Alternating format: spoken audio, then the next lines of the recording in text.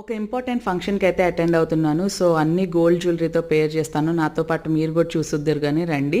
Summer కదా! అందుకని hair leave చేయకుండా ఇట్లాగా రబ్బర్ బ్యాండ్ అయితే పెట్టేశాను. ఇదే కంఫర్ట్‌గా అనిపిస్తది. శారీ మీదైతే గోల్డ్ జ్యువెలరీ పేర్ చేయడం బావుంటది కదా! అశ్విని అని మీరు అనొచ్చు. బట్ శారీ అంటే అమ్మో అనిపించింది ఈ సమ్మర్‌కి నాకు.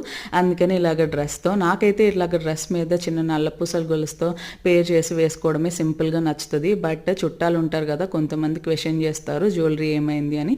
వాళ్ళ కోసం అయితే ఇట్లా రెడీ అవ్వాలి తప్పదు. అండ్ నాకు ఇలా రెడీ అవుతుంటే నాకు నా చిన్నప్పటిది గుర్తొచ్చింది.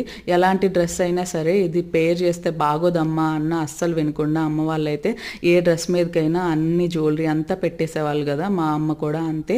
సో, అదైతే నాకు గుర్తొచ్చింది. ఇప్పుడు రెడీ అవుతుంటే అమ్మ గనుక ఇప్పుడు ఉండుంటే హారం కూడా వేసేసేది ఈ డ్రెస్ మీద. నాతో ఎంతమంది అగ్రీ చేస్తారో ఇలా అమ్మ విషయంలో. అండ్ ఇలాగ ప్లెయిన్ డ్రెస్ మీదకి కలంకారీ దుపట్టాతో పేర్ చేశాను. ఎలా ఉందో కామెంట్స్‌లో చెప్పండి.